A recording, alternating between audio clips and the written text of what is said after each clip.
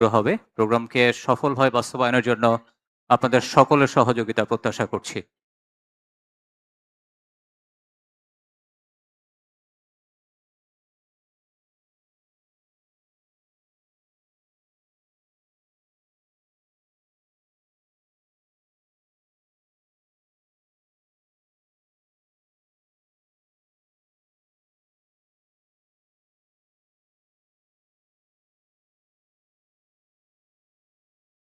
Distinguished guests, honorable diplomats, respected scholars, political leaders, members of the media, and dear citizens, Assalamu alaikum and good evening. Before we proceed, let us begin with remembrance. Bangladesh stands on a history written in sacrifice. Now, we bow our heads in respect to all the martyrs of 1947, 71, and 2024. Their sacrifices are not chapters of the past, they are responsibilities placed upon our present. We especially remember Mir Mugdho, Abu Said, and Abrar Fahad. So they didn't seek to become symbols, they became reminders that truth is costly, silence is dangerous, and that conscience still matters. So, on behalf of the upcoming 12th National Parliamentary Election, Bangladesh Jamaat Islami is organizing the program titled Election Manifesto Declaration. We are going to start our session right now with the declaration of Quran. Respected members of media, you are requested to go back to the place where you are requested to go. সম্মানিত মিডিয়ার কর্মী ভাইদেরকে বিনয়ের সাথে অনুরোধ করছি আপনাদের জন্য নির্ধারিত জায়গায় নির্ধারণ করা হয়েছে বলরুমের পেছনের দিকে, আপনারা সেখানে চলে যাবেন। আমরা এখনই কোরআন তেলাওয়াতের মধ্য দিয়ে আমাদের প্রোগ্রামের মূল কার্যক্রম শুরু করব ইনশাআল্লাহ।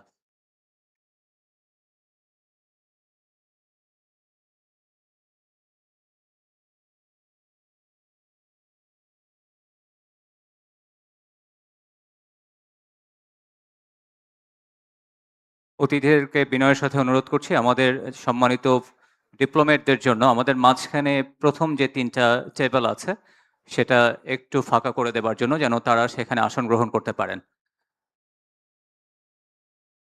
ভলান্টিয়ারদেরকে অনুরোধ করছি আপনারা ডিপ্লোমেটদের জন্য যে নির্ধারিত জায়গা আছে সেখানে আসন গ্রহণ করবার ক্ষেত্রে সহযোগিতা করুন।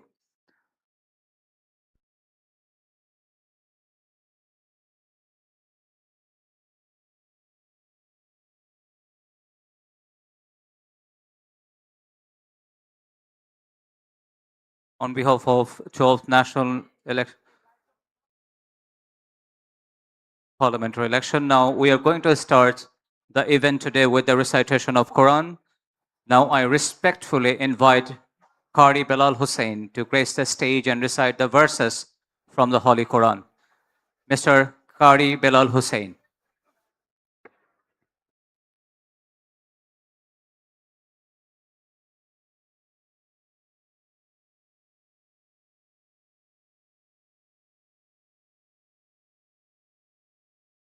Hello.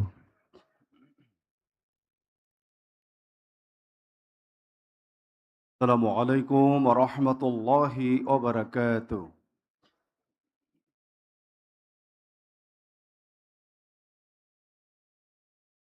أعوذ بالله من الشيطان الرجيم.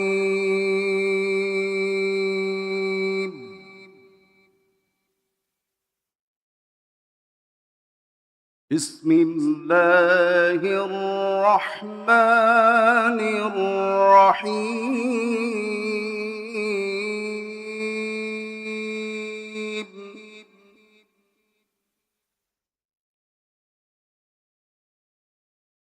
وقل رب أدخلني مدخل صدق وأخرجني مخرج صدق واجعل لي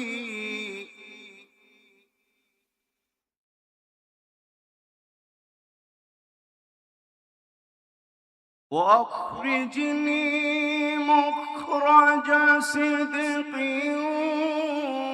واجعل لي من لدنك منك سلطانا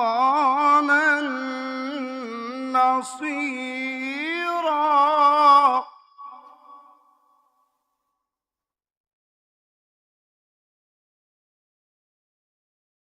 وقل جاء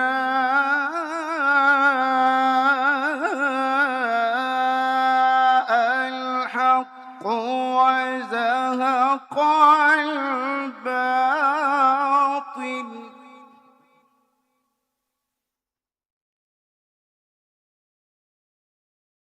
وقل جاء الحق وزهق الباطل إن الباطل كان زهوقا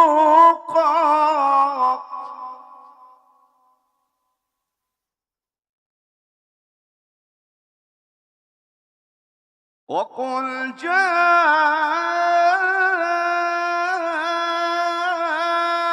الحق وزهق الباطل إن الباطل كان زهوقا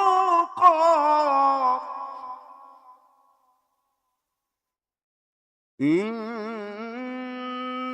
الباطل كان زهوقا صدق الله العظيم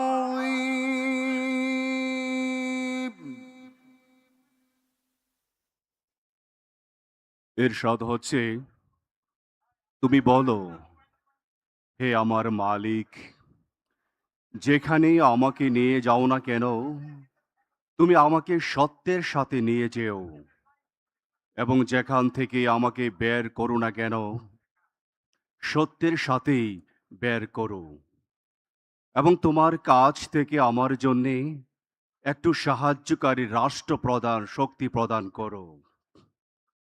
তুমি বলো, সত্য এসে গেছে এবং মিথ্যা চিরতরে বিলুপ্ত হয়ে গেছে। অবশ্যই মিথ্যাকে বিলুপ্ত হতেই হবে। ওয়াখিরু দাওয়ানা আলহামদুলিল্লাহি রাব্বিল আলামিন। আসসালামু আলাইকুম ওয়া রাহমাতুল্লাহি ওয়া বারাকাতুহু। Thank you, Qari Bilal Hussain, for your soulful recitation. Dear audience, now we are going to present a video. Could you please watch the video and enjoy this?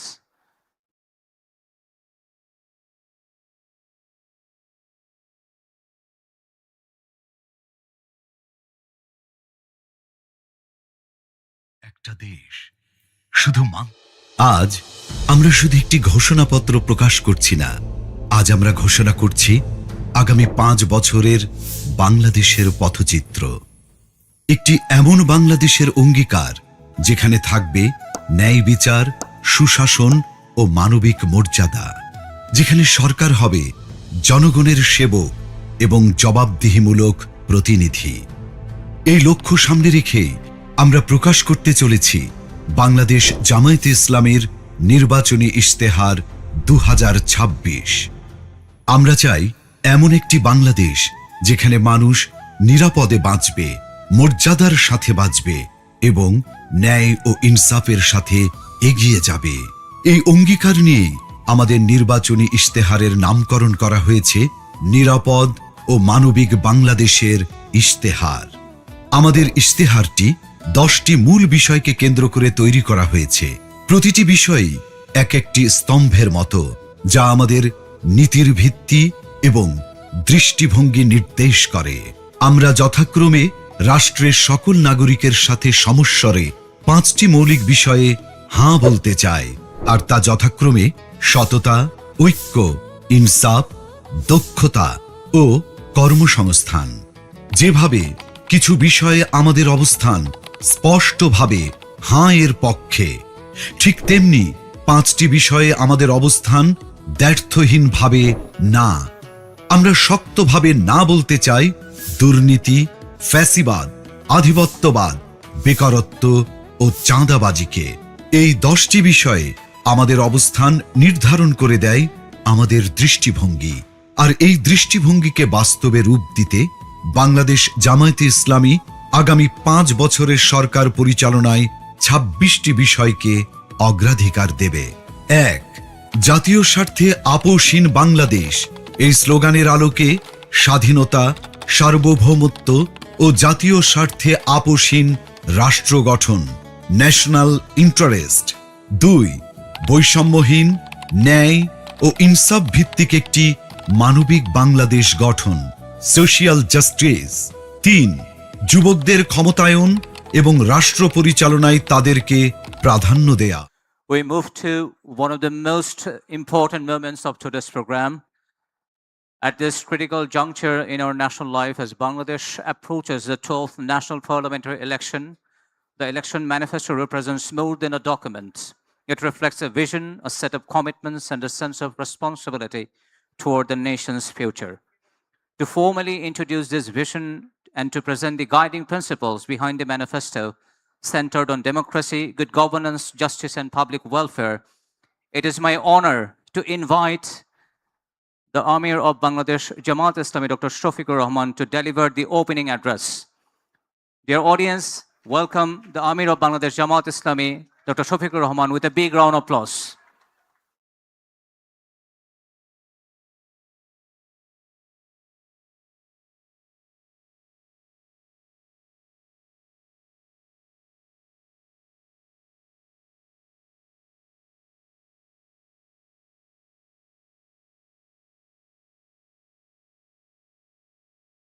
সম্মানিত মিডিয়া কর্মী ভাইরা, আপনাদেরকে বিনয়ের সাথে অনুরোধ করছি, আপনাদের সকলের সহযোগিতা আমরা কামনা করছি। আপনাদের জন্য পেছনে একটি নির্ধারিত জায়গা আছে, আপনারা সেখান থেকেই আপনাদের কার্যক্রম সম্পাদন করুন। আমাদের আমির জামাতের বক্তব্য এখনই শুরু হচ্ছে।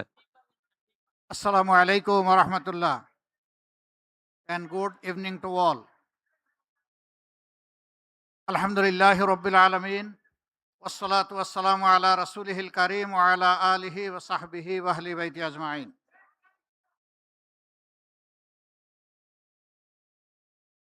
সম্মানিত অতিথিবৃন্দ, বিদেশি কূটনীতিকবৃন্দ, সম্মানিত সাংবাদিক বন্ধুগণ, বিশিষ্ট ব্যবসায়ীবৃন্দ, সুশীল সমাজের সদস্যবৃন্দ, বিভিন্ন শিক্ষা প্রতিষ্ঠানের সম্মানিত শিক্ষাবিদবৃন্দ, ভাই এবং বোনেরা, আজ আমি বিশাল এক দায়িত্বের ভার আমার কাঁধে নিয়ে আপনাদের সামনে দাঁড়িয়েছি। এ দায়িত্ব নিঃসন্দেহে বাংলাদেশ জামাতে ইসলামীর পক্ষ থেকে নয়, এই দায়িত্ব ওই সমস্ত মানুষের পক্ষ থেকে যারা স্বাধীনতার 54 বছরে তিলে তিলে স্বপ্নের জাল বুনেছিলেন যে তারা একটি সাম্য এবং ন্যায় ইনসাফের বাংলাদেশ পাবেন। তারা স্বপ্ন দেখেছিলেন শিশুরা জন্ম নেওয়ার পর তাদের পুষ্টি, পরিচর্যা এবং শিক্ষা তারা দুনিয়ার 10টা উন্নত দেশের মতোই পাবে। তাদের স্বপ্ন ছিল এমন একটি দেশ যেখানে একজন মাঝি, সে যখন নৌকা নিয়ে নদীতে নামবে তখন সেখানে সে তার স্বপ্ন বাস্তবায়নের উপাদান খুঁজে পাবে। রাষ্ট্র তাকে সহযোগিতা করবে, সমাজ তাকে অভিনন্দিত করবে। স্বপ্ন ছিল একজন কৃষক সকাল থেকে সন্ধ্যা হাড় ভাঙা পরিশ্রম করবে দেশের মানুষের মুখে খাদ্য তুলে দেওয়ার জন্যে, কিন্তু এর বিনিময়ে সে একটুখানি সম্মান পাবে, একটুখানি স্বীকৃতি পাবে। কৃষিক্ষেত্রে সে সরকারের পক্ষ থেকে যৌক্তিক সহযোগিতা পাবে। একজন শ্রমিক যখন কলকারখানা, মিল, ফ্যাক্টরি, ইন্ডাস্ট্রিতে যাবে অথবা নিজের গায়ের সমস্ত শক্তি ব্যয় করে যানবাহন চালাবে কিংবা টানবে, সে সময়েও সমাজের কাছ থেকে তার শ্রমের সে স্বীকৃতি পাবে এবং সে একটুখানি সম্মান পাবে। সে তার ঘর থেকে বের হওয়ার পর আবার ঘরে ফিরে আসবে নিরাপত্তার সাথে। একজন শিক্ষক যখন তিনি তার সন্তান তুল্য ছাত্রীদেরকে শিক্ষা দেবেন, তখন তিনি তার মেধা উজাড় করে তাদেরকে দিবেন, বিনিময়ে তিনি যেমনটা কল্পনা করেন আগামীর বাংলাদেশ, সেরকম তার শিক্ষার্থীরা নিজেদেরকে গড়ে তুলবে। যারা ছাত্রছাত্রী তারা চিন্তা করেছে, আমরা মায়ের পেট থেকে জন্ম নিয়েছি, মা যতটুকু পারেন আমাদেরকে শিক্ষা দিয়েছেন, বাকি শিক্ষার পূর্ণতা আমি আমার আপন আঙ্গিনা শিক্ষা প্রতিষ্ঠানে খুঁজে পাব।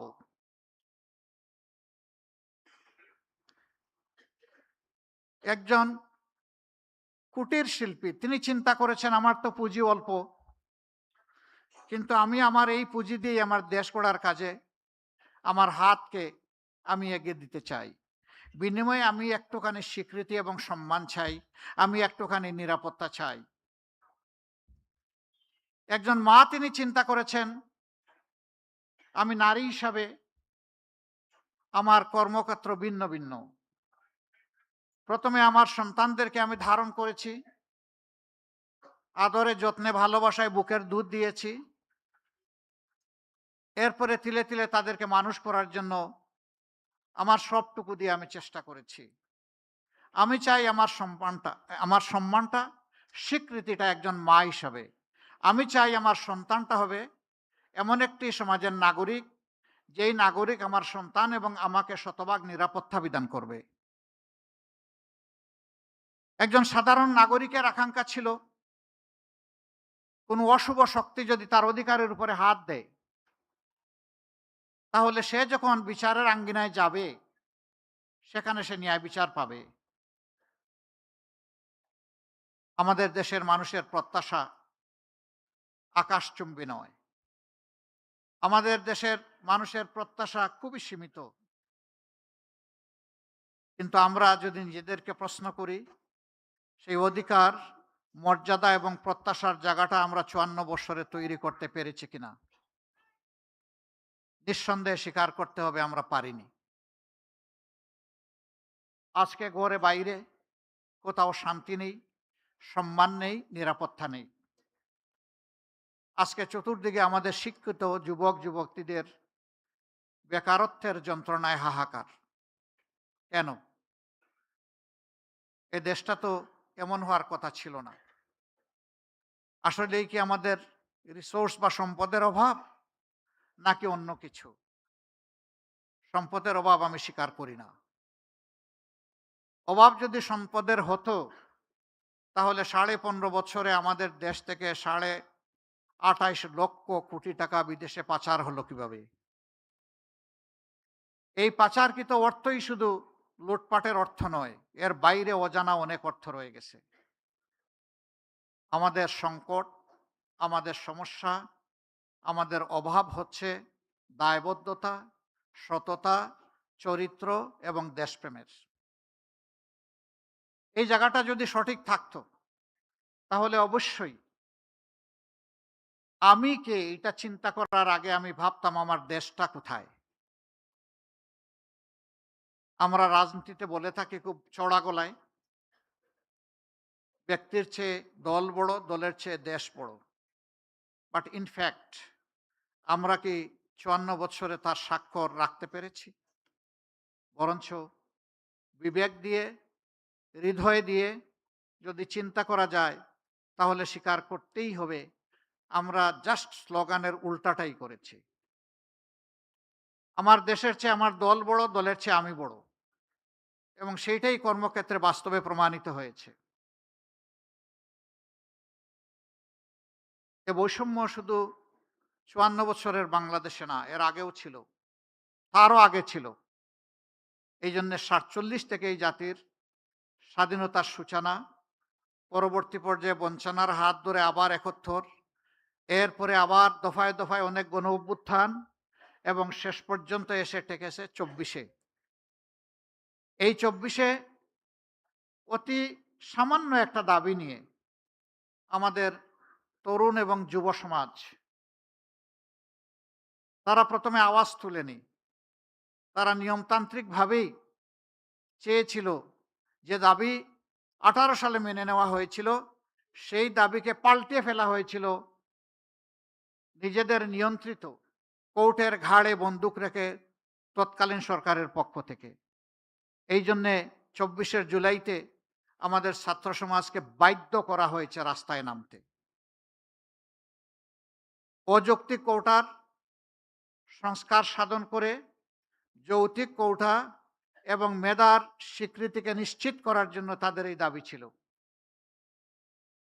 অতীতের মতোই সেই আবার গায়ের জোর, অস্ত্রের জোরে এই দাবিকেও দমিয়ে দেওয়ার চেষ্টা করা হলো।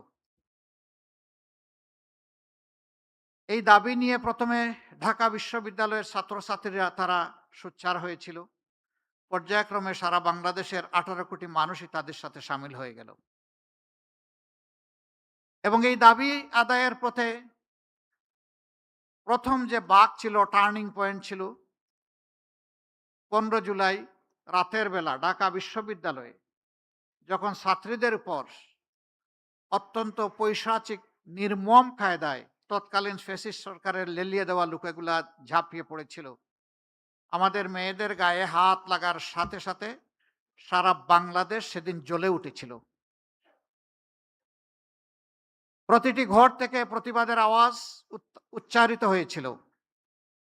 তার পরের দিনই এইটাকেই সমর্থন জানিয়ে দেশের উত্তরাঞ্চলে উত্তর জনপদের গুরুত্বপূর্ণ শিক্ষা প্রতিষ্ঠান বেগম রোকেয়া বিশ্ববিদ্যালয়ের মেধাবী ছাত্র আবু সাইদ রাস্তায় এসে বলেছিল, হয় আমাকে আমার অধিকার দাও, না হয় আমাকে একটা গুলি দাও। সে আরো বলেছিল যে এই যন্ত্রণার অমানিসার শেষ হবে কবে? বুকের ভিতরে তুমুল ঝড়, বুক পেতেছি গুলি কর।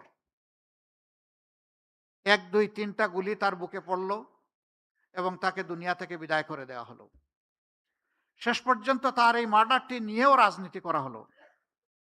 অবশ্য সত্য আলটিমেটলি প্রতিষ্ঠিত হয়েছে। এরপরে লাশের পর লাশ সারা বাংলাদেশের রাজপথকে লাশ দিয়ে ভরে দেওয়া হলো। কম বেশি ১৪০০ জন তরুণ, যুবক, যুবতী, শিশু, আবাল, বৃদ্ধ, বনিতা, শ্রমিক, ব্যবসায়ী, শিক্ষক, বিভিন্ন শ্রেণী পেশার মানুষ এই গণ উত্থানে বিপ্লবে জীবন দিয়েছেন। আমি আজ গভীর শ্রদ্ধার সাথে ৭১ এবং ২৪-এর সমস্ত শহীদদেরকে স্মরণ করছি। অবশ্য ৪৭ না হলে ৭১-এর ওই মানচিত্র আমরা পেতাম না। আবার ৭১ না হলে এই রাষ্ট্রকে মেরামত করার জন্য ২৪ আমরা পেতাম না। কাজেই প্রত্যেকটা একটা আটটার সাথে সম্পর্কিত। সম্মানিত সুধীমণ্ডলী, একটি রাজনৈতিক দলের ইশতেহার একটি নির্বাচনকে সামনে রেখে এটি কোনো দলীয় কর্মসূচি নয়, বরঞ্চ একটি জাতির প্রতি একটি দলের চিন্তা, তার ভিশন, তার পরিকল্পনা এবং কিভাবে সে আগামীর দেশটাকে সাজাতে চায় তার একটি জীবন্ত দলিল, যা জনগণের কাছে এটি জীবন্ত একটি ডকুমেন্ট হিসাবে থাকবে। রাজনৈতিক দলগুলা যে ইশতেহার প্রকাশ করে থাকে, কার্যত সমাজের প্রতি এটি তাদের দায়বদ্ধতা এবং অঙ্গীকার। ৫ বছর যদি জনগণ তাদেরকে দেশ পরিচালনার সুযোগ দেয়, তাহলে জনগণের অধিকার রয়েছে ইশতেহারের প্রত্যেকটি পয়েন্ট দিন, সপ্তাহ, মাস এবং বছর গুণে ওই দলের কাছ থেকে আদায় করে নেওয়া, বুঝে নেওয়া। এটা জনগণের অধিকার। আমরা সেই অধিকারটাই তুলে দিতে আজকে এখানে দাঁড়িয়েছি। আমরা এমন একটা বাংলাদেশ গড়তে চাই, যে বাংলাদেশের প্রত্যাশা আমি বিভিন্ন শ্রেণী পেশার মানুষজন যাদের কথা বললাম তারা যেটা প্রত্যাশা করেন। দুঃখের বিষয়, আমরা 15.5 বছর তৎকালীন সকল বিরোধী দল, এদেশের সুশীল সমাজ, সাংবাদিক মহল, আলেম ওলামা কেউ নিপীড়নের হাত থেকে রক্ষা পাননি। আমরা মজলুম ছিলাম। কিন্তু 5 আগস্টের পর অনেকেই অতীতের স্মৃতি মনে হয় যেন আমরা ভুলে গেছি। আমরা যদি স্মরণ রাখতাম তাহলে জুলাই যোদ্ধাদেরকে আমরা কলিজার ভিতর থেকে আমরা তাদেরকে সম্মান করতাম, ভালোবাসতাম, তাদের আকাঙ্ক্ষাকে ধারণ করতাম, কনসিভ করতাম, আর তাদের আকাঙ্ক্ষা বাস্তবায়নে নিজেরা অঙ্গীকারবদ্ধ হয়ে এগিয়ে আসতাম। হ্যাঁ, কেউ এসেছি, কেউ আসতে পারেনি। কেউ এসেছি পরিচ্ছন্ন একটি বাংলাদেশ গড়ার অঙ্গীকার নিয়ে, নতুন একটি বাংলাদেশ গড়ার অঙ্গীকার নিয়ে। যে পথে বাংলাদেশ চলছে সেই পথ থেকে বাংলাদেশকে রাজপথে, রাজনীতির রাজপথে উঠানোর অঙ্গীকার নিয়ে। আবার এ সময়ের ভিতরেই কেউ কেউ নিজেদের ভাগ্য গড়ার জন্য লেগে গেছেন এবং নানাভাবে দেশের মানুষকে তারা কষ্ট দিচ্ছেন, যার সাক্ষী আপনারা সকল, যার সাক্ষী 18 কোটি মানুষ। আমরা বড় বিনয়ের সাথে তাদেরকে অনুরোধ করেছিলাম, আমরা ছিলাম মজলুম, আমরা যেন কোনো অবস্থাতে না হই জালিম। মজলুম তো মজলুমের দুঃখ বুঝবে, মজলুম জালিম হবে কেন? আমি জানি না আমাদের এই আবেদন সবাইকে আমরা বুঝাতে পেরেছি কিনা। আজকে আমি একজন আহত সৈনিক। গত কয়েকদিন ধরে দেখেছেন যে আমার উপর চতুর্দিক থেকে মিসাইল নিক্ষেপ করা হচ্ছে। আমি কোনো অ্যান্টি মিসাইল ইউজ করব না, বরঞ্চ আমার রাজনৈতিক সহকর্মীদেরকে আজকে আপনাদেরকে সাক্ষী রেখে যারা সম্পূর্ণ অন্যায়ভাবে আমার চরিত্র হনন করেছেন, আমি তাদের সবাইকে ক্ষমা করে দিলাম। কারণ আমার রক্ত এবং মেজাজের সাথে প্রতিশোধ মানায় না, যায় না। আমি প্রতিশোধের রাজনীতিতে বিশ্বাস করি না। আমি বিশ্বাস করি আমি যদি আমার কোনো সহকর্মীকে, বন্ধুকে, ভাইকে তার ভুলের জন্য ক্ষমা করতে পারি, তাহলে আমিও সমাজের কাছে একদিন আমার ভুলের জন্য ক্ষমা আশা করতে পারি। কিন্তু সেই আমি মানুষটাই যদি প্রতিশোধের রাস্তা ধরে হাঁটতে চাই, তাহলে আমার উপর থেকে আরেকজনের প্রতিশোধ নেওয়ার অধিকার তৈরি হয়ে যায়। এই প্রতিশোধ, প্রতিহিংসার রাজনীতি করে করে আমাদের সমাজকে, দেশকে অনেক ক্ষতি করে ফেলেছে। ওই পিছনের রাজনৈতিক কালচার আর ধারণ করে চলতে চাই না। ওগুলাকে সম্পূর্ণ পিছনে ফেলে যুব সমাজের হাত ধরে এখন সামনে এগিয়ে যেতে চাই। আমি বিলিভ করি আমাদের যুব সমাজ অনেক পটেনশিয়াল। আমাদের যুব সমাজ আমাদের চাইতে অনেক ফ্রেশ। তারা অনেক ইনোভেটিভ এবং প্র্যাগমেটিক। তারা পারবে ইনশাল্লাহ। যেভাবে তারা পেরেছে জুলাইতে, ওভাবেই পারবে আগামীর একটা বাংলাদেশ গড়ে দিতে। সেই যুব সমাজের প্রত্যাশাকে, আকাঙ্ক্ষাকে ধারণ করেই আমরা আমাদের ইশতেহার রচনা করেছি। ইশতেহার রচনা করেছি মায়ের জাতিকে সম্মান দেওয়ার জন্যে। ইশতেহার রচনা করেছি শিশুদেরকে নিরাপদ আবাসভূমি তৈরি করে দেওয়ার জন্যে, তার মেধা বিকাশের উপযুক্ত পরিবেশ নিশ্চিত করার জন্যে। আমরা তৈরি করেছি সুস্থ জাতি গঠনের জন্য শারীরিক সুস্থতার প্রয়োজনে যা দরকার সেই সমস্ত সার্ভিস নিশ্চিত করার জন্য। আমরা যে কৃষকরা আমাদের মুখে খাবার তুলে দেন, সেই কৃষকদের জীবনে আমরা বিপ্লব আনতে চাই। আমরা চাই না পুরানা ধাঁচের সেই কৃষিতে তারা পড়ে থেকে অতি অল্প পুঁজি নিয়ে হামাগুড়ি খাবেন। বরঞ্চ বিশ্বের অনেক দেশ আমাদের বহু পরে স্বাধীনতা লাভ করার পরে কৃষিতে তারা বিপ্লব সাধন করেছে। একসময় তাদের দেশ ছিল আমাদের মতো ইম্পোর্ট ডিপেন্ডেন্ট, এখন তারা হয়ে গেছে এক্সপোর্ট ওরিয়েন্টেড। আমরা পারবো ইনশাল্লাহ। বিশ্বে অন্য কেউ পারলে আমরাও পারবো। এবং আমাদের মানুষেরা প্রমাণ করেছে এদেশের মানুষ ভালো। তো সমস্যাটা কোথায়? মানুষ যদি ভালো হয় দেশ কেন আগায় না? দেশ তো আগাবে। বাংলাদেশ নামক উড়োজাহাজের ককপিটে যারা বসে আছেন তারা যদি প্রপারলি ডাইভ করেন, তা না হয় দেশ আগাবে। প্যাসেঞ্জার তো আগায় নিতে পারবে না, প্যাসেঞ্জার তো জার্নি এনজয় করবে। আমাদের সমস্যা ওই জায়গায়, সমস্যা আমাদের মাথাগুলোতে। ওই মাথাগুলো আমাদের ঠিক হওয়া উচিত। আর মাথাগুলো ঠিক হওয়ার জন্য আমাদের সততা এবং কমিটমেন্ট লাগবে।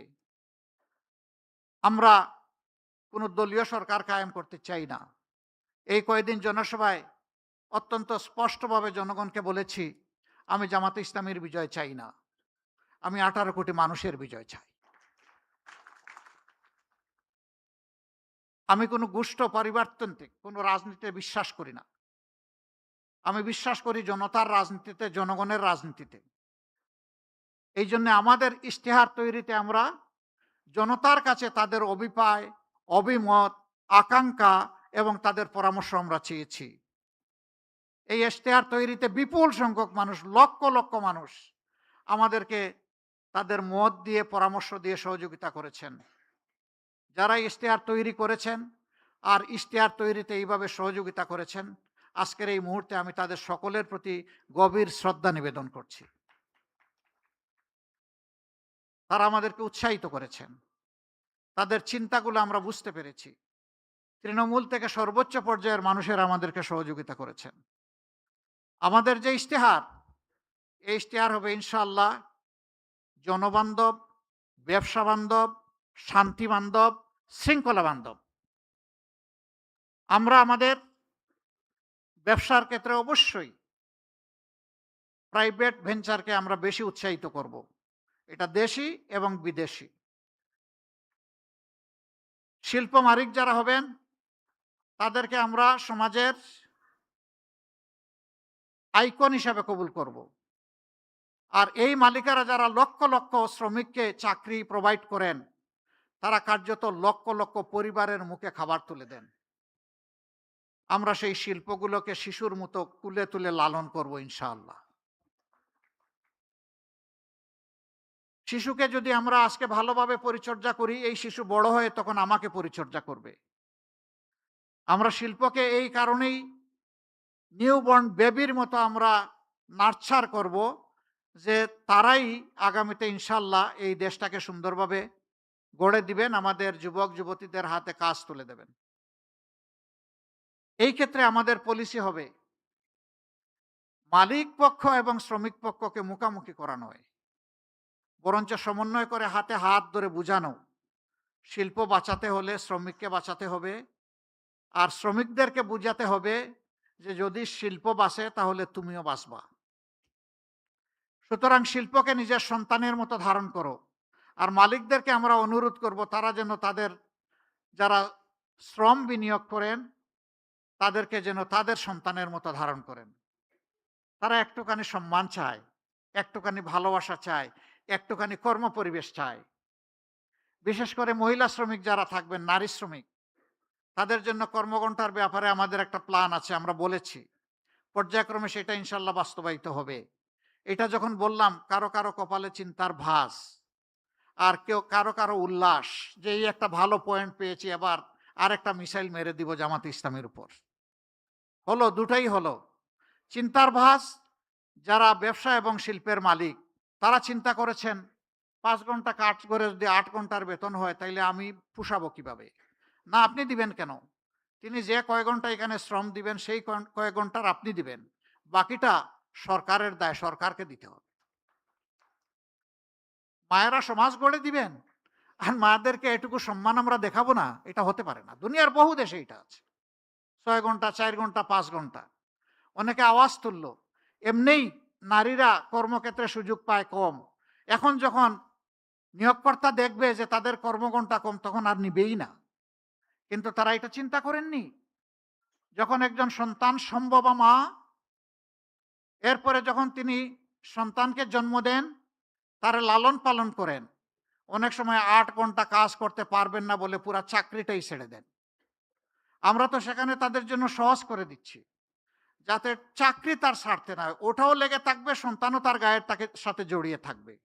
এই দুইটার আমরা সমন্বয় ঘটাতে চাচ্ছি। 3 ঘন্টা বাকি যেটা থাকবে সেখানে কাজ থেমে থাকবে না। দুনিয়ার বহু দেশে আছে, পাবলিক অ্যান্ড প্রাইভেট, পিপিপি, সব জায়গায় পার্ট টাইম ওয়ার্কার নিয়োগ দেওয়া যায়। সেখানে মালিকরা দিবেন, আরো বেশি জব ক্রিয়েট হবে। কোনো মা এমন থাকতে পারেন যে তিনি 5 ঘন্টা পারবেন না, 3 ঘন্টা করবেন, তিনি ওই জায়গাটা ফিল আপ করবেন। এইভাবে যদি আমরা চিন্তা করি তাহলে তাদের কর্মের পরিবেশটা সহজ হয়। শুধু তাই নয়, এখানে শ্রমঘন এলাকায় নারীদের জন্য অবশ্যই তাদের বাচ্চাদের, বেবিদের ডে কেয়ার সেন্টার থাকতে হবে। তবে হ্যাঁ, পর্যাপ্ত পরিমাণ নারীরা যেখানে কাজ করবেন সেখানেই কেবল এটা মেনটেন করা সম্ভব। সেইটা যৌক্তিকতার ভিত্তিতে হবে। আমরা এও ডিক্লেয়ার করেছি 5 বছর পর্যন্ত বয়সী শিশু যারা আছেন তাদেরকে ইনশাআল্লাহ সরকার পূর্ণ দায়িত্ব নিয়ে তাদের স্বাস্থ্যসেবা সম্পূর্ণ ফ্রি নিশ্চিত করবে। সারা জীবন যারা দেশকে, রাষ্ট্রকে দিয়ে গেছেন, অবসর জীবনে চলে গেছেন, এই রিটায়ারমেন্ট লাইফে একদিকে থাকে না টাকা কড়ি, অন্যদিকে বেড়ে যায় রোগ শোক। সেই সময়টা বড় কষ্টের। যিনি সারা জিন্দেগি রাষ্ট্রকে দিলেন, রাষ্ট্রের অবশ্যই তার প্রতি, সেই নাগরিকের প্রতি দায়িত্ব আছে। তিনি একজন কৃষক হতে পারেন অথবা উচ্চ পর্যায়ের একজন কর্মকর্তা হতে পারেন, কিন্তু এখন অবসরে। এই অবসরকালীন জীবনে যতদিন তারা বেঁচে থাকবেন, রাষ্ট্র ইনশাল্লাহ তাদের পূর্ণ চিকিৎসার দায়িত্ব নেবে।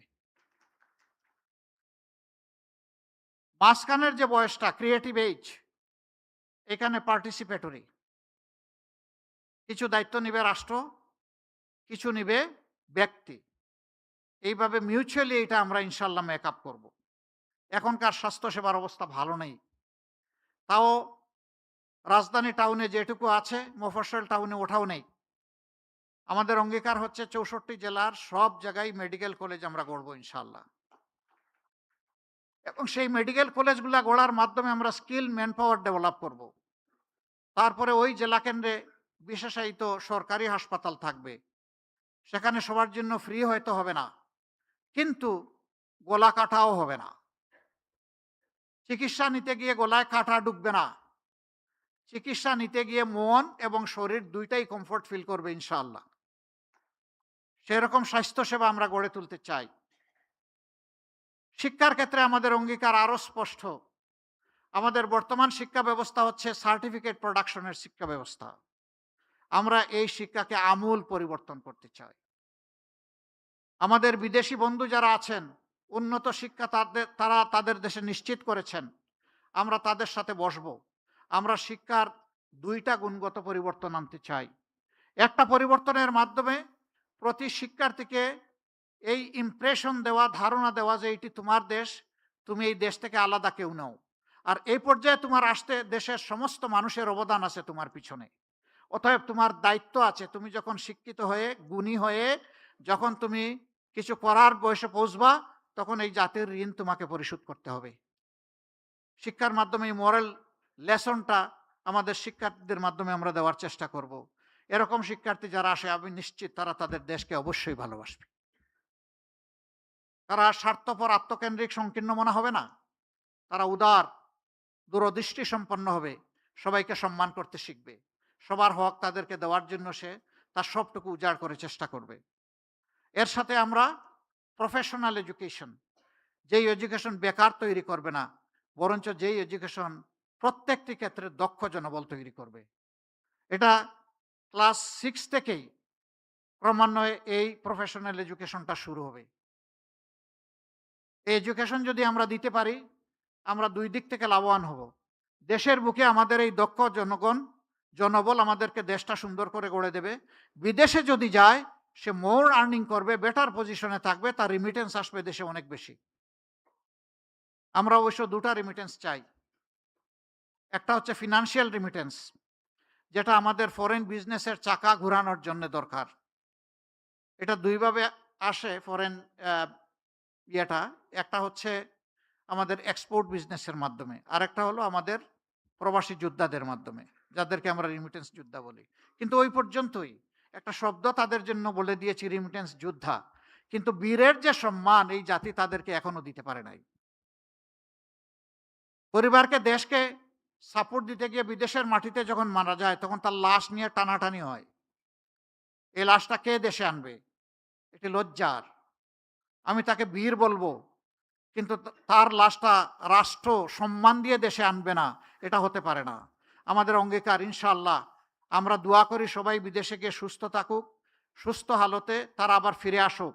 কিন্তু কেউ যদি বিদেশের মাটিতে ইন্তেকাল করে তার লাশ রাষ্ট্রীয় দায়িত্বে সম্মানের সাথে বিনা পয়সায় দেশে আনা হবে ইনশাআল্লাহ। এই রিমিটেন্স যোদ্ধারা অনেকে জীবনের সব শক্তি ক্ষয় করে যখন দেশে ফিরে তখন আবার চোখে অন্ধকার দেখে। আমরা তাদের জন্য ইনশাআল্লাহ সোশ্যাল রিভলভিং ফান্ড করব। একসময় সে কিছু কিছু কন্ট্রিবিউট করবে, পরবর্তী পর্যায়ে সমপরিমাণ সরকার থেকে কন্ট্রিবিউট করে সে যখন অবসর জীবনে চলে আসবে তখন তার হাতে ইনশাআল্লাহ আমরা একটা কাজ, একটা কিছু তুলে দেব। তাহলে হতাশার অভিশাপ তাকে পাবে না ইনশাআল্লাহ। আমরা আমাদের যুবকদেরকে বলেছি, অবশ্যই তোমাদেরকে আমরা বেকার ভাতা দিতে পারবো না। আমরা বিশ্বাস করি বেকার ভাতা তোমাদেরকে অপমান করার শামিল। আমরা তোমাদের হাতে কাজ তুলে দেব, ভাতা নয়। তোমরা কাজ দিয়ে নিজেদেরকে গড়বা, দেশটাকে গড়বা। আমরা আমাদের যুবকদেরকে কিভাবে দেখতে চাই? আমাদের যুব সমাজকে বাংলাদেশ নামক উড়োজাহাজের ককপিটে দেখতে চাই। ওখানে তাদেরকে ক্যাপ্টেন হিসেবে বসিয়ে দেব, আর আমরা বসবো ইনশাল্লাহ সেদিন প্যাসেঞ্জার সিটে। এই যুব সমাজ দেশটাকে সামনের দিকে এভাবেই এগিয়ে নিয়ে যাবে ইনশাআল্লাহ। দুইটা সমাজের দুইটা পিছিয়ে পড়া জনগোষ্ঠীর কথা না বললে আমি আমার বিবেকের কাছে দায়বদ্ধ থাকব। একদল মানুষ যারা রাস্তাঘাট পরিষ্কার করেন, যাদেরকে আমরা পরিচ্ছন্নতা কর্মী বলি, তারা মানবেতর জীবনযাপন করে, এটা বড় কথা নয়। তাদেরকে মানবিক মূল্যটা মোটেই দেওয়া হয় না। ইনশাআল্লাহ আমরা তাদের জীবনকে তুলে আনবো আল্লাহ চাইলে। আমরা প্রমাণ করব তারাও মানুষ, আমরাও মানুষ, এবং প্রমাণ করব সরকার যারা পরিচালনা করে এদের মাঝে মানবিক একটা মন আছে, হৃদয় আছে। চা বাগান, সেই এলাকাগুলো চট্টগ্রামে আছে, সিলেটে আছে, পঞ্চগড়ে আছে, মৌলভীবাজারে আছে, বিভিন্ন জায়গায় আছে। এদের জীবন যদি দেখেন চোখে পানি আসবে। তারা কি মানুষ নয়? তারা এদেশের নাগরিক নয়? যদি তারা এদেশের নাগরিক হয়ে থাকে, মানুষ হয়ে থাকে, তাহলে তাদের এই অবস্থা হবে কেন? তাদের জীবন মানে ইনশাআল্লাহ, আল্লাহ যদি আমাদেরকে সুযোগ দেন, আমরা যুগান্তকারী বিপ্লবিক পরিবর্তন আনব। তাদের সন্তানেরাও একদিন এমনভাবে বেড়ে উঠবে যে ওই চা বাগান থেকে বেরিয়ে আসা একজন মানুষ সেও দেশের প্রধানমন্ত্রী হবে ইনশাআল্লাহ। তাহলেই সমাজের প্রতি ইনসাফ হবে। আমাদের এখানে পাহাড় সমতল নিয়ে কথা আছে। দেশ খুবই ছোট, বিপুল সংখ্যক জনবল আমাদের। এই দেশে পাহাড় এবং সমতলের ব্যবধান আমরা ঘুচিয়ে সমতল করতে চাই। এই রেষারেষি, হিংসা হিংসি দূর করতে চাই। পাহাড়ে যারা বসবাস করেন তারা যদি তাদের ন্যায্য পাওনা থেকে বঞ্চিত হয়ে থাকেন, তাহলে অগ্রাধিকার ভিত্তিতে আমরা তাদের হাতে তাদের পাওনা তুলে দেব ইনশাআল্লাহ। তারা যেন আস্থা এবং গর্বের সাথে মনে করে এই দেশটা আমার, এ দেশ আমাকে গড়তে হবে। কিন্তু হয়তোবা কিছু ক্ষেত্রে তাদের ন্যায্যতা থেকে তারা বঞ্চিত হওয়ার কারণে তাদের এই দুর্বল জায়গায় টোকা দিয়ে কেউ কেউ তাদেরকে খেপিয়ে তুলে দেশের বিরুদ্ধে ক্ষতি করার চেষ্টা করে, এবং পাহাড়ে একটা অশান্তি লেগে আছে। আমরা সেই অশান্তি আর দেখতে চাই না। আমরা এই অশান্তির অবসান চাই। এই পাহাড় রক্ষা করতে গিয়ে আমার জানা মতো 10,000-এর অধিক সেনাবাহিনীর সদস্যদেরকে জীবন দিতে হয়েছে। কেন? কেন আমার দেশের বুকে এত সেনা সদস্যকে জীবন দিতে হবে? এর পিছনে কারা, কারণ কি?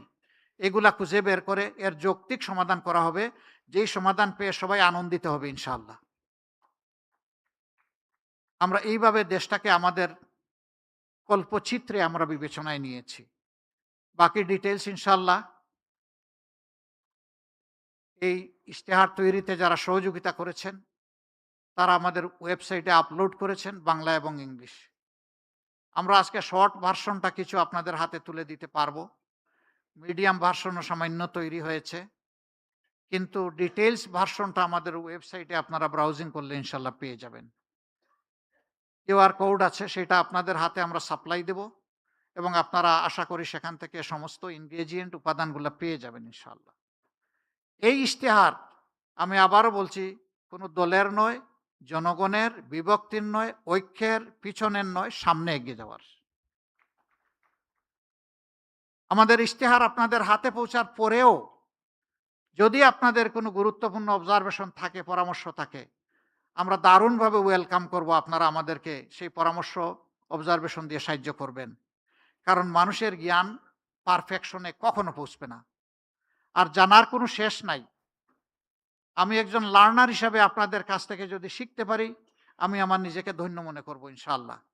আমি শিখতে চাই, আপনাদের কাছ থেকেই শিখতে চাই। আমি 18 কোটি মানুষের কাছ থেকে শিখতে চাই, যাতে তাদের একজন হয়ে তাদের জন্য কাজ করতে পারি আমরা। তাদেরকে শিখলে, রিড করলেই আমরা পারবো, আদারওয়াইজ আমরা পারবো না। আজকে যারা মূল্যবান সময় ব্যয় করে এখানে এসেছেন, আমাদেরকে আপনারা উৎসাহিত করেছেন, আমি আমার এবং প্রিয় সংগঠনের পক্ষ থেকে আপনাদেরকে একদম হৃদয় উজাড় করা অভিনন্দন, ধন্যবাদ এবং কৃতজ্ঞতা জানাচ্ছি।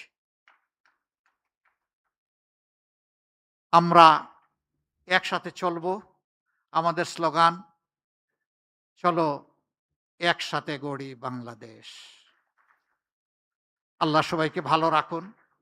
ভাই বোনেরা যারা এসেছেন, আল্লাহ সকলের মর্যাদা বৃদ্ধি করে দিন এবং সবাই মিলে ইনশাআল্লাহ আমরা আগামীর বাংলাদেশ গড়ব। আসসালামু আলাইকুম, গুড ইভিনিং এগেইন। ধন্যবাদ আমির জামাত। একটু স্টেজে অবস্থান করবার জন্য অনুরোধ করছি। সম্মানিত অতিথিবৃন্দ, এই পর্যায়ে আমরা স্টেজে আসবার জন্য বিনীতভাবে অনুরোধ করছি বাংলাদেশ জামাত ইসলামের সম্মানিত সেক্রেটারি জেনারেল মিয়া গোলাম পরোয়ার সাহেবকে। এ পর্যায়ে বাংলাদেশ জামাত ইসলামের নির্বাচনী ইশতেহারের মোড়ক উন্মোচন করছেন বাংলাদেশ জামাত ইসলামের সম্মানিত আমির ডক্টর শফিকুর রহমান এবং সাথে অংশগ্রহণ করছেন বাংলাদেশ জামাত ইসলামের সম্মানিত secretary general Mia Golam Parwar. We would like to respectfully request Amir of Bangladesh Jamaat Islami to formally unveil the National Election Manifesto. সম্মানিত মিডিয়া কর্মী ভাইরা,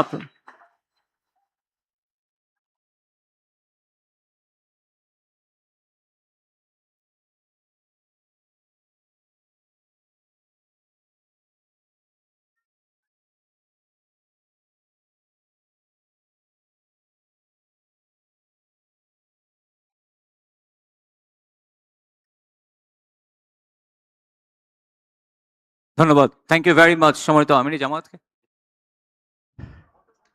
Seeking excuse to our dearest foreign guests, excellencies and diplomats, we will supply our English version within day after tomorrow, inshallah, to your respective mission. That will be ensured, inshallah. Thank you very much. Thank you for your valuable speech. সম্মানিত অতিথিবৃন্দ, আপনাদের সবাইকে একটু অনুরোধ করছি, আপনাদের সাথে যে টোকেন দেওয়া হচ্ছে সেখানে শেষে একটা কিউআর কোড আছে, আপনারা ওটা স্ক্যান করলে আমাদের নির্বাচনী ইশতেহারের বাংলা এবং ইংরেজি ভার্সন দুটোই পাবেন। I'd like to request honorable diplomats to scan the QR code that is given, a token that you have been given. Please go there and you can get the English version of National Election Manifesto. সম্মানিত অতিথিবৃন্দ, এই পর্যায়ে আমরা আমাদের ইশতেহারের মূল পর্বে চলে যাচ্ছি। সবাইকে বিনয়ের সাথে আসন গ্রহণ করবার জন্য অনুরোধ করছি। We now, honorable guests, ladies and gentlemen, now we'd like to invite your attention to the screen. At this point in the program, Bangladesh Jamaat Islami is going to present its election manifesto through an audio-visual presentation outlining the vision, priorities and communities offered to the nation ahead of the upcoming parliamentary election. We kindly request you to remain seated and attentive as we proceed with the audio-visual presentation of the election manifesto. আজ আমরা শুধু একটি ঘোষণাপত্র প্রকাশ করছি না, আজ আমরা ঘোষণা করছি আগামী 5 বছরের বাংলাদেশের পথচিত্র। একটি এমন বাংলাদেশের অঙ্গীকার যেখানে থাকবে ন্যায় বিচার, সুশাসন ও মানবিক মর্যাদা, যেখানে সরকার হবে জনগণের সেবক এবং জবাবদিহিমূলক প্রতিনিধি। এই লক্ষ্য সামনে রেখে আমরা প্রকাশ করতে চলেছি বাংলাদেশ জামায়াতে ইসলামের নির্বাচনী ইশতেহার 2026। আমরা চাই এমন একটি বাংলাদেশ যেখানে মানুষ নিরাপদে বাঁচবে, মর্যাদার সাথে বাঁচবে এবং ন্যায় ও ইনসাফের সাথে এগিয়ে যাবে। এই অঙ্গীকার নিয়ে আমাদের নির্বাচনী ইশতেহারের নামকরণ করা হয়েছে নিরাপদ ও মানবিক বাংলাদেশের ইশতেহার। আমাদের ইশতেহারটি 10টি মূল বিষয়কে কেন্দ্র করে তৈরি করা হয়েছে। প্রতিটি বিষয়ই এক একটি স্তম্ভের মতো, যা আমাদের নীতির ভিত্তি এবং দৃষ্টিভঙ্গি নির্দেশ করে। আমরা যথাক্রমে রাষ্ট্রের সকল নাগরিকের সাথে সমস্বরে 5টি মৌলিক বিষয়ে হাঁ বলতে চাই, আর তা যথাক্রমে সততা, ঐক্য, ইনসাফ, দক্ষতা ও কর্মসংস্থান। যেভাবে কিছু বিষয়ে আমাদের অবস্থান স্পষ্টভাবে হাঁ এর পক্ষে, ঠিক তেমনি 5টি বিষয়ে আমাদের অবস্থান দ্ব্যর্থহীনভাবে না। আমরা শক্তভাবে না বলতে চাই দুর্নীতি, ফ্যাসিবাদ, আধিপত্যবাদ, বেকারত্ব ও চাঁদাবাজিকে। এই 10টি বিষয়ে আমাদের অবস্থান নির্ধারণ করে দেয় আমাদের দৃষ্টিভঙ্গি। আর এই দৃষ্টিভঙ্গিকে বাস্তবে রূপ দিতে বাংলাদেশ জামায়াতে ইসলামী আগামী 5 বছরের সরকার পরিচালনায় 26টি বিষয়কে অগ্রাধিকার দেবে। 1. জাতীয় স্বার্থে আপোষহীন বাংলাদেশ। এই স্লোগানের আলোকে স্বাধীনতা, সার্বভৌমত্ব ও জাতীয় স্বার্থে আপোষহীন রাষ্ট্র গঠন, ন্যাশনাল ইন্টারেস্ট। 2. বৈষম্যহীন, ন্যায় ও ইনসাফ ভিত্তিক একটি মানবিক বাংলাদেশ গঠন, সোশিয়াল জাস্টিস। 3. যুবকদের ক্ষমতায়ন এবং রাষ্ট্র পরিচালনায় তাদেরকে প্রাধান্য দেয়া, ইউথ ফার্স্ট। 4. নারীদের জন্য নিরাপদ, মর্যাদাপূর্ণ ও অংশগ্রহণমূলক রাষ্ট্র গঠন। 5. আইন শৃঙ্খলা পরিস্থিতির সার্বিক উন্নয়নের মাধ্যমে মাদক, চাঁদাবাজ ও সন্ত্রাসমুক্ত একটি নিরাপদ রাষ্ট্র বিনির্মাণ। 6. সকল পর্যায়ে সৎ নেতৃত্ব প্রতিষ্ঠা ও প্রাতিষ্ঠানিক সংস্কারের মাধ্যমে দুর্নীতিমুক্ত রাষ্ট্র গঠন। 7. প্রযুক্তি নির্ভর আধুনিক ও স্মার্ট সমাজ গঠন। 8. প্রযুক্তি, ম্যানুফ্যাকচারিং, কৃষি ও শিল্প সহ নানা সেক্টরে ব্যাপক ভিত্তিক কর্মসংস্থান সৃষ্টি, সরকারি চাকুরিতে বিনামূল্যে আবেদন, মেধার ভিত্তিতে নিয়োগ ও সকল ধরনের বৈষম্য দূরীকরণ। 9. ব্যাংক সহ সার্বিক আর্থিক খাতে সংস্কারের মাধ্যমে আস্থা ফিরিয়ে এনে বিনিয়োগ ও ব্যবসা বান্ধব টেকসই ও স্বচ্ছ অর্থনীতি বিনির্মাণ। 10. সমানুপাতিক পিআর পদ্ধতির নির্বাচন সহ সুষ্ঠু নির্বাচনী পরিবেশ তৈরি ও তত্ত্বাবধায়ক সরকার ব্যবস্থা শক্তিশালী করে সুসংহত ও কার্যকর গণতন্ত্র নিশ্চিত করা। 11. বিগত সময়ে রাষ্ট্রীয় পৃষ্ঠপোষকতায় হওয়া খুন, গুম ও বিচার বহির্ভূত হত্যাকাণ্ডের বিচার ও মৌলিক মানবাধিকার নিশ্চিত করা। 12. জুলাই বিপ্লবের ইতিহাস সংরক্ষণ, শহীদ পরিবার, আহত ও পঙ্গুত্ব বরণকারী জুলাই যোদ্ধাদের পুনর্বাসন এবং জুলাই সনদ বাস্তবায়ন করা হবে। 13. কৃষিতে প্রযুক্তির ব্যবহার ও কৃষকদের সহযোগিতা বাড়ানোর মাধ্যমে কৃষিতে বিপ্লব সৃষ্টি করা। 14. 2030 সালের মধ্যে সম্পূর্ণ ভেজাল মুক্ত খাদ্য নিরাপত্তা এবং 3-0 ভিশন, পরিবেশগত অবক্ষয়ের শূন্যতা, বর্জ্যের শূন্যতা এবং বন্যা ঝুঁকির শূন্যতা বাস্তবায়নের মাধ্যমে সবুজ ও পরিচ্ছন্ন বাংলাদেশ গড়া। 15. ক্ষুদ্র ও মাঝারি শিল্পের বিকাশের পাশাপাশি ভারী শিল্প প্রতিষ্ঠা, দেশি বিদেশি বিনিয়োগ বান্ধব পরিবেশ নিশ্চিতের মাধ্যমে ব্যাপক ভিত্তিতে শিল্পায়ন ও কর্মসংস্থান তৈরি। 16. শ্রমিকদের মজুরি ও জীবনযাত্রার মান বৃদ্ধি এবং মানসম্মত কাজের পরিবেশ, বিশেষ করে নারীদের নিরাপদ কাজের পরিবেশ সৃষ্টি করা। 17. প্রবাসীদের ভোটাধিকার সহ সকল অধিকার নিশ্চিতকরণ এবং দেশ গঠনে আনুপাতিক ও বাস্তবসম্মত অংশগ্রহণ নিশ্চিত করা। 18. সংখ্যাগুরু সংখ্যালঘু, মেজরিটি মাইনরিটি নয়, বরং বাংলাদেশের নাগরিক হিসেবে সকলের নাগরিক অধিকার প্রতিষ্ঠা এবং পিছিয়ে থাকা নাগরিক ও শ্রেণীগোষ্ঠীর জন্য বিশেষ সুবিধা নিশ্চিত করা। 19 আধুনিক ও সার্বজনীন স্বাস্থ্যসেবা প্রদান এবং গরিব ও অসহায় জনগোষ্ঠীর জন্য পর্যায়ক্রমে বিনামূল্যে উন্নত চিকিৎসা নিশ্চিত করা। 20 সমসাময়িক বিশ্বের চাহিদাকে সামনে রেখে শিক্ষা ব্যবস্থার মৌলিক সংস্কার এবং পর্যায়ক্রমে বিনামূল্যে শিক্ষা নিশ্চিত করা। 21 দ্রব্যমূল্য ক্রয় ক্ষমতার মধ্যে রেখে স্থিতিশীলতা নিশ্চিত করা এবং অন্যান্য মৌলিক চাহিদার পূর্ণ সংস্থানের নিশ্চয়তা।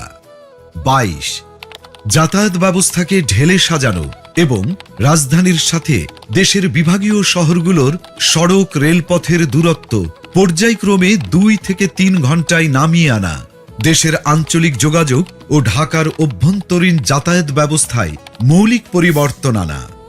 23 নিম্ন ও মধ্যবিত্ত পরিবারের জন্য স্বল্প মূল্যে আবাসন নিশ্চিত করা। 24 ফ্যাসিবাদী ব্যবস্থার পূর্ণ বিলাপে চলমান বিচার ও সংস্কার কার্যক্রমকে অব্যাহত রেখে বাংলাদেশে ফ্যাসিবাদ ব্যবস্থার পুনর্জন্ম রোধ করা।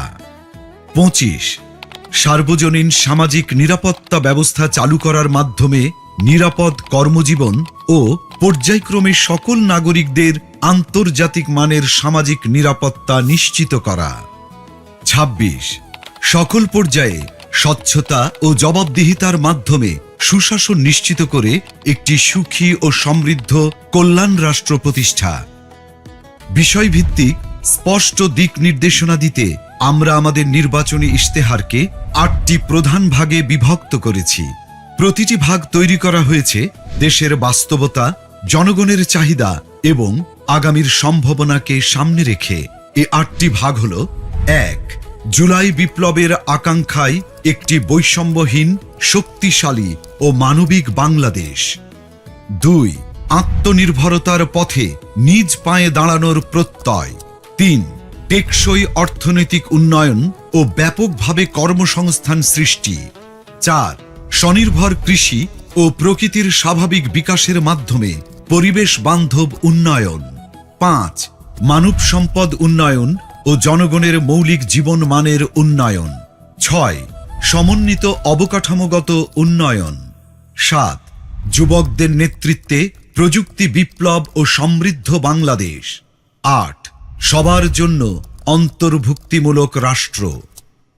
এই 8টি ভাগের মধ্য থেকেই নির্বাচিত করা হয়েছে ইশতেহারের কিছু মূল ও অগ্রাধিকারমূলক বিষয়, যা আমরা বিস্তারিতভাবে আপনাদের সামনে তুলে ধরব।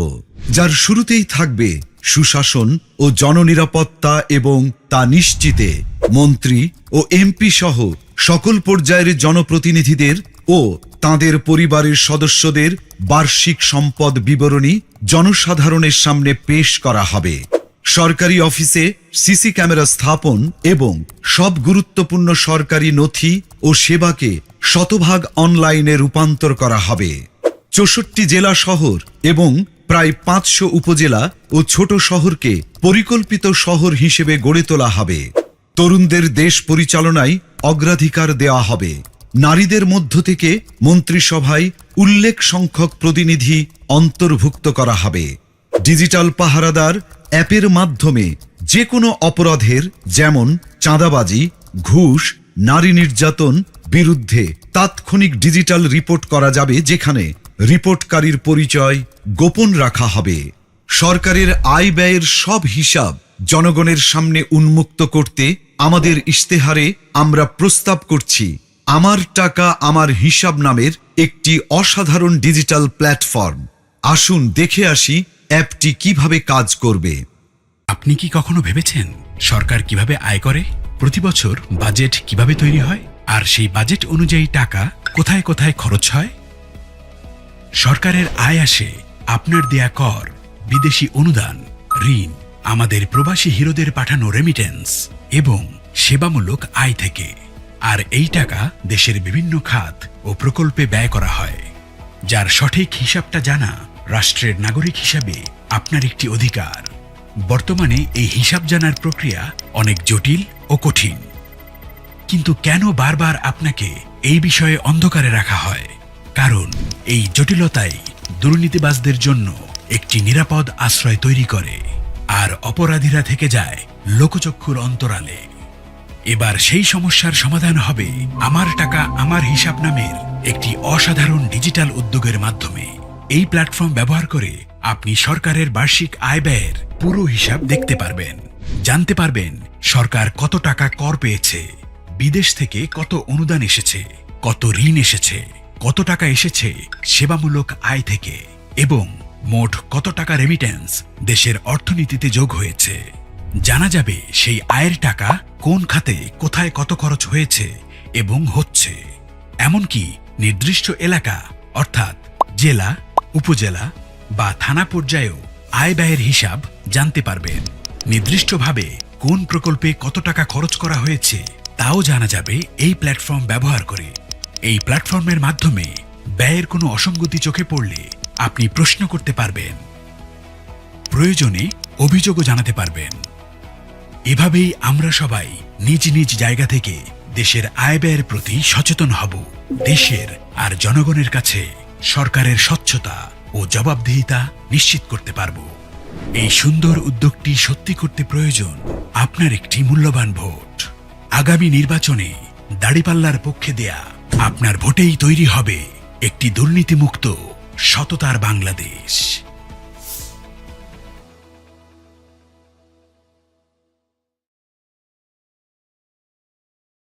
এর পাশাপাশি জননিরাপত্তা নিশ্চিত করার লক্ষ্যে চাঁদাবাজি, দুর্নীতি, সন্ত্রাস ও সামাজিক অপরাধ দমনে আমরা নিয়ে এসেছি ডিজিটাল পাহারাদার অ্যাপ। আসুন এখন অ্যাপটি সম্পর্কে আমরা বিস্তারিত জেনে আসি। প্লে স্টোর বা অ্যাপ স্টোর থেকে ডিজিটাল পাহারাদার অ্যাপটি ডাউনলোড করুন। আপনার ফোন নাম্বার দিয়ে রেজিস্ট্রেশন করুন। 6 সংখ্যার গোপন পিনটি সেট করুন। কোন ধরনের অভিযোগ দিতে চান তা সিলেক্ট করুন। অভিযোগের প্রমাণ সংযুক্ত করার জন্য ছবি, ভিডিও, অডিও রেকর্ড করুন অথবা মেসেজ টাইপ করুন।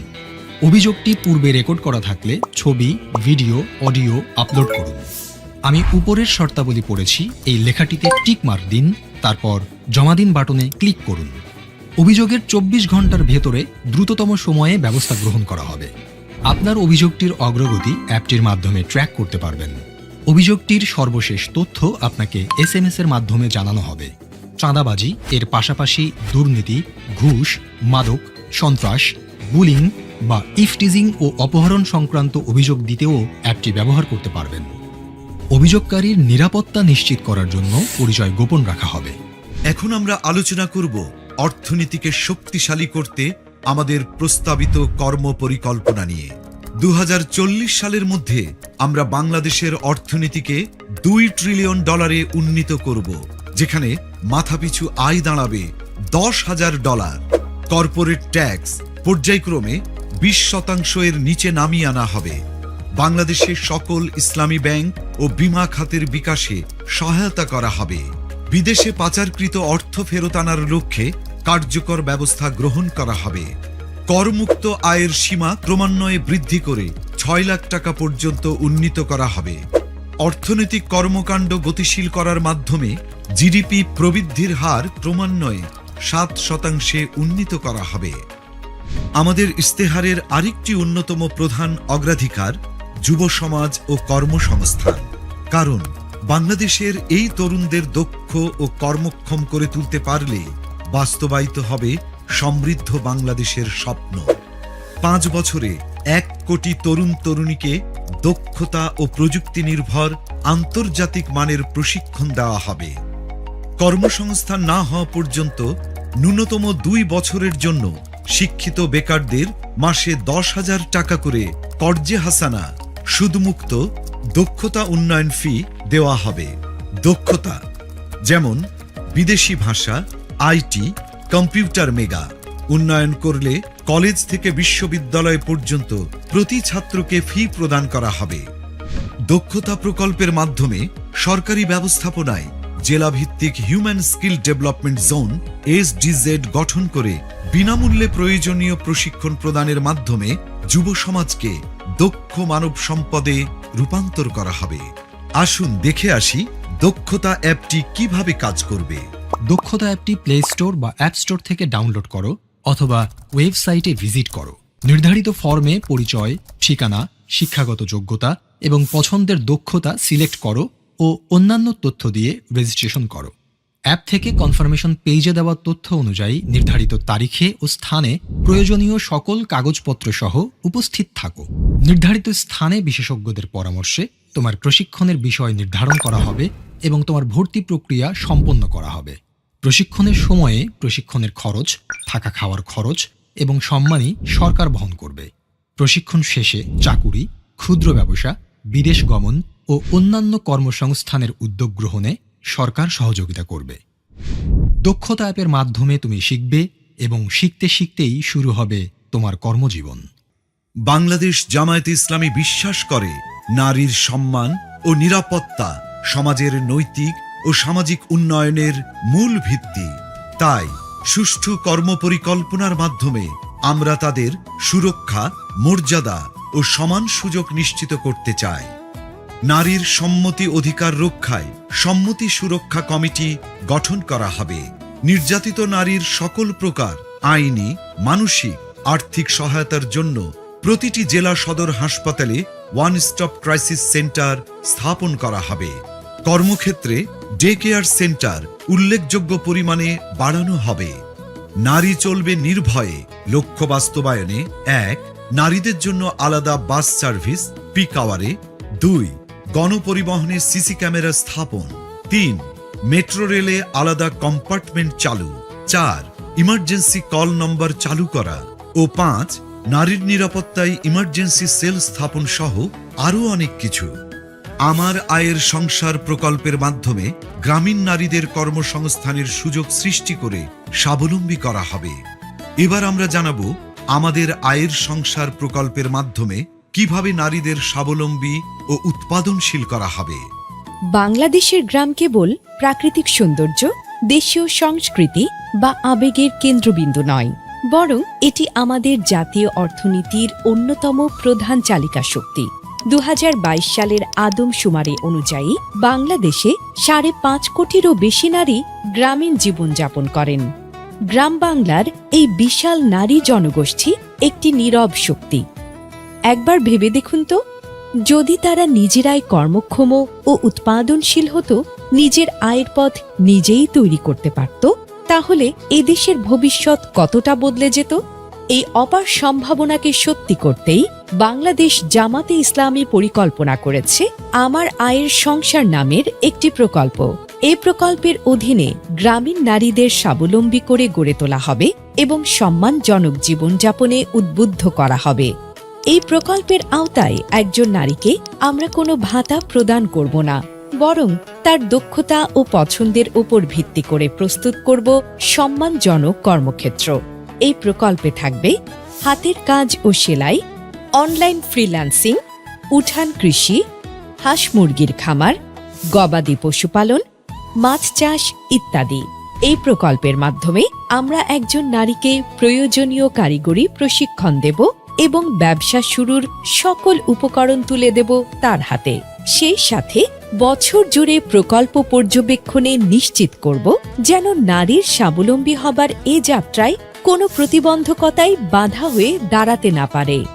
এই প্রকল্প দেশের সামষ্টিক অর্থনীতিতে একটি শক্তিশালী অনুঘটক হিসেবে কাজ করবে, যা দীর্ঘমেয়াদী টেকসই উন্নয়নের পথ প্রশস্ত করবে। রাসূলুল্লাহ সাল্লাল্লাহু আলাইহি ওয়াসাল্লাম বলেছেন, উপরের হাত নিচের হাতের চেয়ে উত্তম, অর্থাৎ হাত না পেতে নিজে উপার্জন করে অন্যকে সাহায্য করার প্রতি তিনি আমাদের উৎসাহিত করেছেন। এই আদর্শকে বুকে ধারণ করেই বাংলাদেশ জামাতে ইসলামী এদেশের গ্রামীণ নারীদের জন্য আমার আয়ের সংসার প্রকল্পটির পরিকল্পনা গ্রহণ করেছে। আর এই সুন্দর উদ্যোগটি সত্যি করতে প্রয়োজন আপনার একটি মূল্যবান ভোট। আগামী নির্বাচনে দাঁড়িপাল্লার পক্ষে দেয়া আপনার ভোটেই তৈরি হবে একটি উৎপাদনশীল এবং সমৃদ্ধ বাংলাদেশ। চলো একসাথে গড়ি Bangladesh.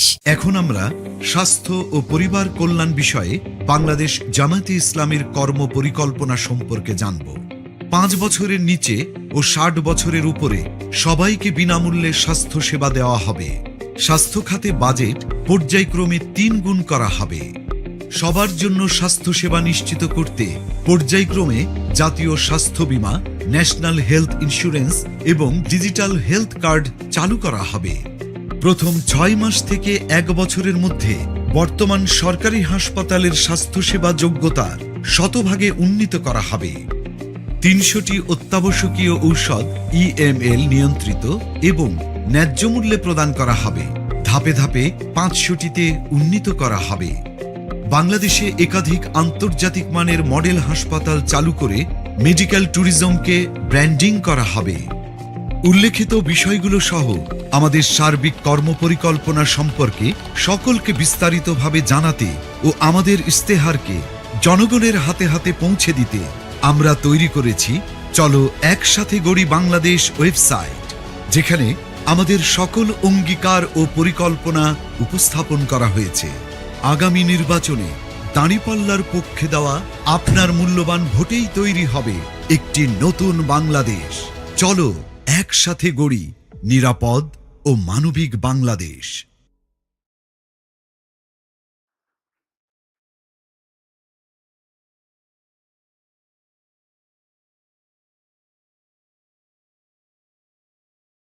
Thank you. Thank you very much, honorable guests. Thank you for your attention to the audiovisual presentation of the election manifesto. The vision you have just seen reflects commitments, priorities, and responsibilities that are deeply connected to the future of our nation. As we move toward the conclusion of today's program, it's now time to hear the final reflections and guidance on this manifesto and its broader implications. Now, I'd like to request Amir of Bangladesh Jamaat Islami, Dr. Shafiqur Rahman, to deliver his closing speech to the audience. Please welcome him with a big round of applause once again. Amir of Bangladesh Jamaat Islami, Dr. Shafiqur Rahman. সম্মানিত মিডিয়ার কর্মী ভাইরা, আপনাদেরকে বিনয়ের সাথে অনুরোধ করছি, আপনারা স্টেজ থেকে সরে যাবেন। আপনাদের জন্য একটা নির্ধারিত জায়গা আছে, সেখানে গিয়ে আপনাদের কার্যক্রম করতে পারলে আমাদের জন্য ভালো হয়। মিডিয়ার কর্মী ভাইরা, আপনাদেরকে আবারও বিনয়ের সাথে অনুরোধ করছি, আপনারা আপনাদের নির্ধারিত জায়গায় চলে গেলে আমাদের জন্য প্রোগ্রাম পরিচালনা করাটা সহজ হবে। প্রোগ্রামের সৌন্দর্য রক্ষার্থে আপনাদের সকলের সহযোগিতা কামনা করছি এবং একই সাথে মিডিয়ার কর্মী ভাইদের অনুরোধ করছি, আমাদের মেহমান যারা বসে আছেন তাদের আলোচনা শোনার ক্ষেত্রে এবং প্রোগ্রামটা উপভোগ করবার ক্ষেত্রে কোনো বাধার সৃষ্টি না করলে আমরা কৃতজ্ঞ থাকব। আসসালামু আলাইকুম রহমতুল্লাহ। সম্মানিত সুধীমণ্ডলী, respected guests, foreign and local, আমরা আপনাদের কাছে খুবই কৃতজ্ঞ যে আপনারা অত্যন্ত ধৈর্য ধরে আগ্রহ সহকারে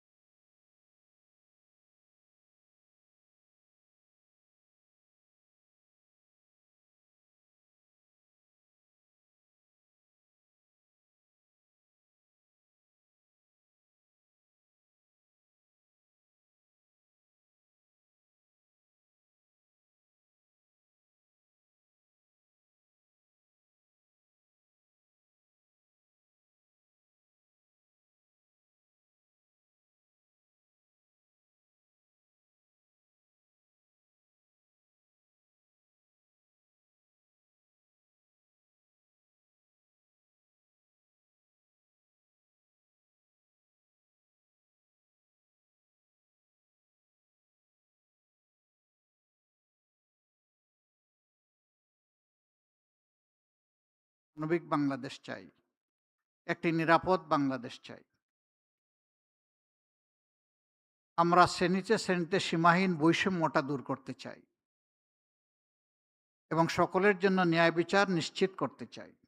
আমরা বিশ্বাস করি ন্যায় বিচার নিশ্চিত হলেই সমাজের 70% সমস্যা দূর হয়ে যাবে, আর বাকিটা সবাই মিলে আমরা বিভিন্ন যৌক্তিক মেকানিজমের মাধ্যমে শেষ করতে পারবো ইনশাআল্লাহ।